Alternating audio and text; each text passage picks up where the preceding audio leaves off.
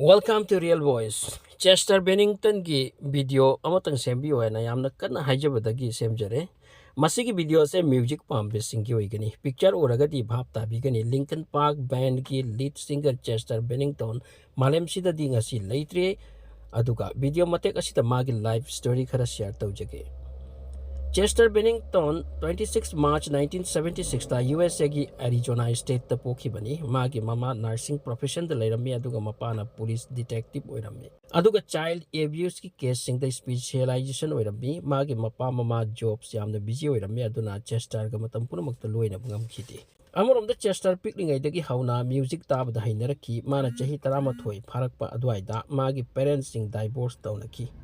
Amram the Chester mamaga kainaki amasung mapaga laiminaba taki. Chester gi life ta matanga se thamoi kaiba nungaitaba matamni aduna drugs chaba hoki mana hai mapa mama kainaki ba aduna magonda yamnamuk stress ohenki aduga school da suate angang singna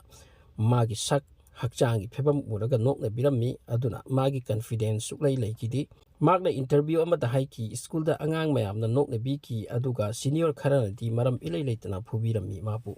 Asumna time chattarami aduga nomudi mabu senior amana sexual abuse tauki mana masigi wapamase ikai duna losilami aduga ge amara khanakini miyamna haibagi akiba su leirami aduna phongdok lamdi senior aduna magonda lamchat ase 7 years chathaki adubu mahak wa lon kide kanadu su phong kide but music ta luptuna leirami angamba matamda mayumda music ta tauduna leirami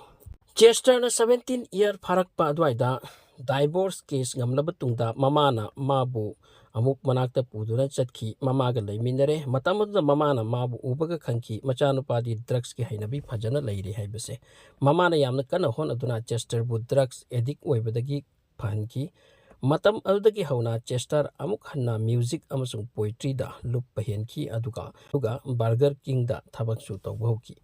tapna addiction faraklaba tungda masagi band ama semgati mingna gradage thawli magi band locality da yamna kanna popular oiki adubu chahi manga matungda creative defense ki maramna band ase thadok pataki adudagi Chester musical career thadok laga digital farm amada thabuk tawba hoki matamadu da magi chahi kunithoi sure aduga samantha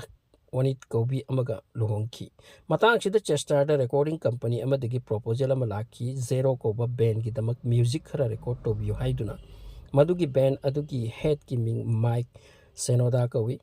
Chester amati Mike high school dasu makhoi thengna ki marup oiki handak hanna amuk unabasida hena amuk naknaki luna chana bi henki. Demo record adu tawrabu tungdadi higher authorities singna madu reject toraki adudagi Mike amadi Chester pullaga masagi band sengbotpagi wakhal lepnaraga semki bani madugi bing Linkin Park haina thonki adugi matungda 2000 da hybrid theory ko ba hanbe album puthokpani kayam success oikibagi haibati million copies yonki mina pamna na laiki masidagi Chester gi life mai pakpagi